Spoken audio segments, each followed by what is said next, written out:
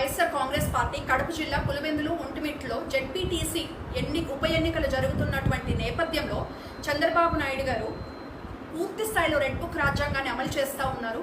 ఒకవైపు అధికారాన్ని అడ్డంగా పెట్టుకొని మరొక వైపు పోలీసులతో అరాచకాన్ని సృష్టిస్తూ ఉన్నారు. టీడీపీ నాయకులకి డబ్బు పదవి ఆశ చూపిస్తూ వైఎస్ఆర్ కాంగ్రెస్ పార్టీ నాయకులపైన కార్యకర్తలపైన రెచ్చగొడతా ఉన్నారు. ఈ నెల 6వ తేదీన బీసీ సామాజిక వర్గానికి చెందినటువంటి వైఎస్ఆర్ కాంగ్రెస్ పార్టీ ఎమ్మెల్సీ రమేష్ యాదవ్ గారి పైన, అలాగే మరొక నాయకులు రామలింగారెడ్డి గారి పైన ఏ రకంగా ఎంత విచక్షణారహితంగా టీడీపీ నాయకులు దాడులు చేశారో, ఎలా హత్యాయత్నానికి పాల్పడ్డారో మనందరం కూడా చూసాము. ఇదంతా కూడా పోలీసుల కళ్ళ ముందే జరుగుతున్నా సరే ఉద్దేశపూర్వకంగా ప్రేక్షకుల పాత్ర పోషించారు తప్ప ఎటువంటి యాక్షన్ కూడా తీసుకోలేదు పోలీసులు. అంటే పోలీసు వ్యవస్థ అనేది ఎంతగా దిగజారిపోయిందో ఈ ఒక్క విషయంలో మనకి అర్థమవుతా ఉంది.